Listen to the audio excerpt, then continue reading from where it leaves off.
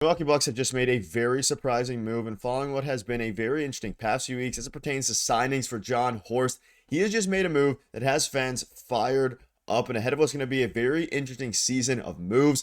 They're beginning with a very surprising one. We're going to break that down as well as discuss multiple other updates on this episode. You're going to want to stay tuned until the end, but before we get into it all, if you're a part of the percentage who aren't subscribed to the channel, if you're a part of the 70 or so percent who aren't subscribed, make sure to hit the subscribe button. You guys have been an absolute piece of the support, and this is the place to be for daily Bucks content. Folks, a lot to go over today, and obviously the Bucks have began making some moves. They signed Alex Antetokounmpo a couple days ago, and now they just got rid of a player that fans are very intrigued about for a reason that people aren't really talking about, that I'll dive into here. So in case you missed the move moments ago from Shams, the Milwaukee Bucks are waiving forward Chris Livingston. Sources tell ESPN. Livingston, who was the last pick in the 2023 NBA draft, signed a guaranteed deal in the offseason with the Bucks, who are in the midst of a crunch for their final 15-man roster. And there's some parts of this that don't make sense, some parts of it that do make sense, and I'll dive into it all. But on the surface, he was the last pick in the 2023 draft. He did show some potential at times for the Milwaukee Bucks. Had a pretty good summer league there, recently.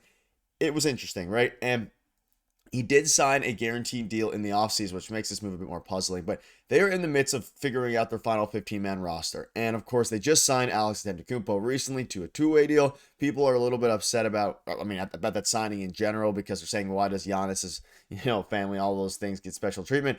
We'll wait and dive into that in a moment here. But let's start by looking at his stats. Now, in 2023, 2024, and 2024, 2025, he was really bad at the NBA level. He played a total of 42 games, putting up a combined 1.3 points per game, not much beyond that. And of course, he didn't really get a huge opportunity. We've seen him briefly. I covered him last year in some of my post games in his few minutes that he played in garbage time.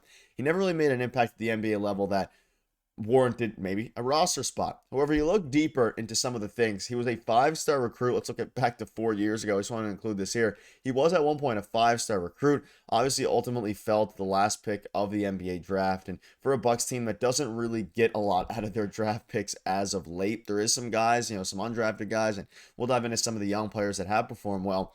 We were all hoping they get something out of Chris Livingston. And you can see this here. They waived Chris Livingston, and he was the last pick, and he wasn't able to survive the roster crunch. He only shot 33% from the field, ladies and gentlemen, in his time at the NBA. And this is what I want to dive into. Let's look at the depth chart. Let's look at some of the players that they have, who they could have waived instead of him if they wanted to. And what makes this move the most puzzling is the fact that, again, they gave him a guaranteed deal in the offseason with the Bucks. But let's start with this here. They have their starting lineup. They have Cole Anthony, AJ Green. All these guys look really, really good.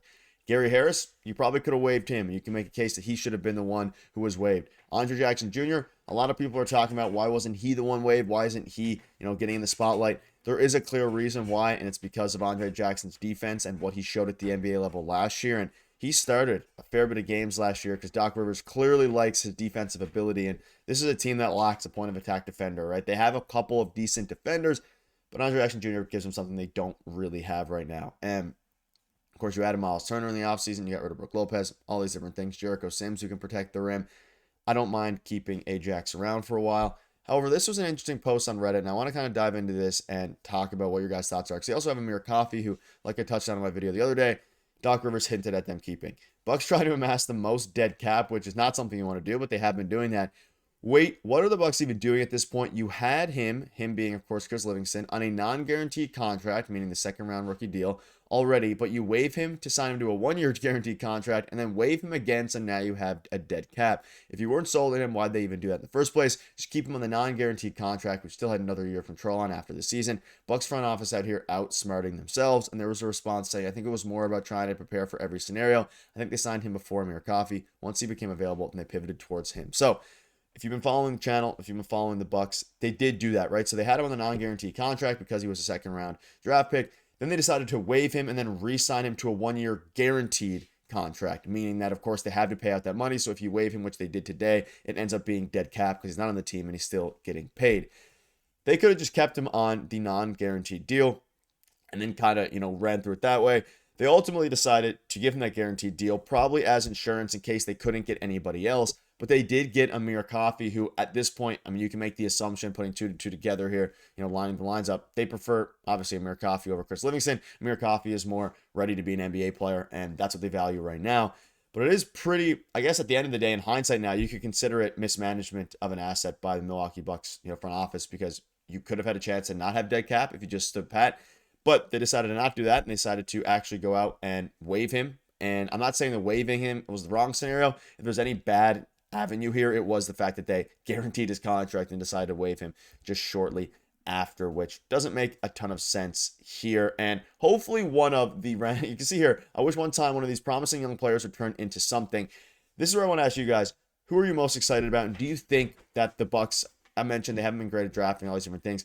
AJ Green looks really good. Ryan Rollins is probably their, next up and coming role player at the very least, potential starter for me. I covered him last year. I'm a huge fan of him.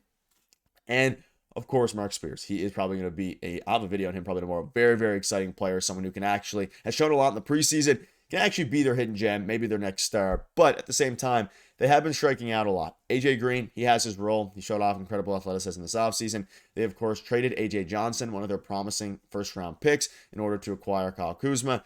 Has that worked out? We'll have to see, right? Obviously, didn't work out last year. Throughout the half year, they changed their team around. But it was an interesting, post here because, AJ Green does work and has worked out, was really good last year. You have Ryan Rollins. None of these guys are, superstars. None of them are really stars. You weren't expecting to get a star out of Chris Livingston anyway. Of course, he was the last pick in the draft, but an interesting mismanagement of assets for the Bucks. Bit of a surprising move given the fact that they just guaranteed his contract there recently this offseason. But things have to happen. They got Amir Coffey, and clearly they value him a little bit more. Let me know down below what your thoughts are on that. And very interesting. What do you think? Now, a couple other things I want to go over today. There was recently an article. You can see this here, and this is kind of a broader scheme of a question I want to ask you guys about the Bucks.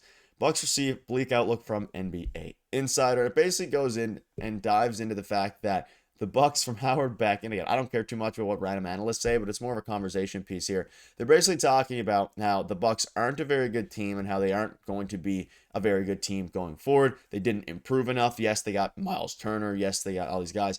Where do you currently project? I know we had a community post on it yesterday. Where do you currently project the Bucks to finish in the Eastern Conference? Now, the Eastern Conference is weaker than it has been in previous years, you could argue. There's obviously some good teams. The Celtics are seemingly out of contention. Obviously, Jason Tatum being hurt. I'm sure they'll float around the playoffs, play in, maybe a bit better depending on how Jaylen Brown does. Where do you see the Bucks? They have an open opportunity here. There's not a ton of teams that are elite. Orlando Magic got Desmond Bane in the offseason. There are a lot of good teams. I'm projecting, ideally between the first and the fourth seed.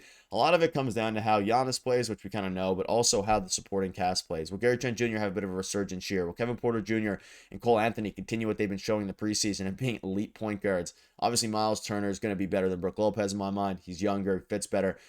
It's going to be very interesting to see what happens there, and we'll see what the Antetokounmpo brothers do with Thanasis and Alex, even though they obviously won't have much impact in the regular season. But that'll wrap it up. Let me know down below what your guys' thoughts are on the move. Thank you guys for watching. See you later.